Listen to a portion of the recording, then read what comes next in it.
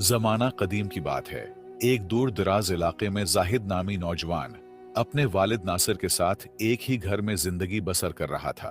उनकी गुजर बसर एक छोटी सी दुकान पर थी, जहां वो दिन भर मेहनत करते। घर में सिर्फ वही दोनों थे और उनका सहारा भी एक दूसरे के सिवा कोई न था। रात के वक्त जब वो घर में बैठते तो नासिर अक्सर अपने बेटे को नसीहत करता, बेटा, मौत का कोई वक्त मुकर्रर नहीं। अगर मैं दुनिया से चला भी गया तो याद रखना, तुम अकेले नहीं हो, अल्लाह हमेशा तुम्हारे साथ है। कारोबार अल्लाह के भरोसे पर चलाया करो, क्योंकि दुकान महज एक वसीला है, असल राज अल्लाह की रिजा में है। हमेशा ईमानदारी और सच्चाई को अपनाना, चाहे उसकी कीमत तुम्हें अपना सारा माल ही क्यों ना चुकानी पड़े। और बंदों के साथ नरमी से पेश आना, क्योंकि अल्लाह तुम्हें उस वक्त सहारा देगा जब तुम्हें कोई सहारा देने वाला नजर नहीं आएगा।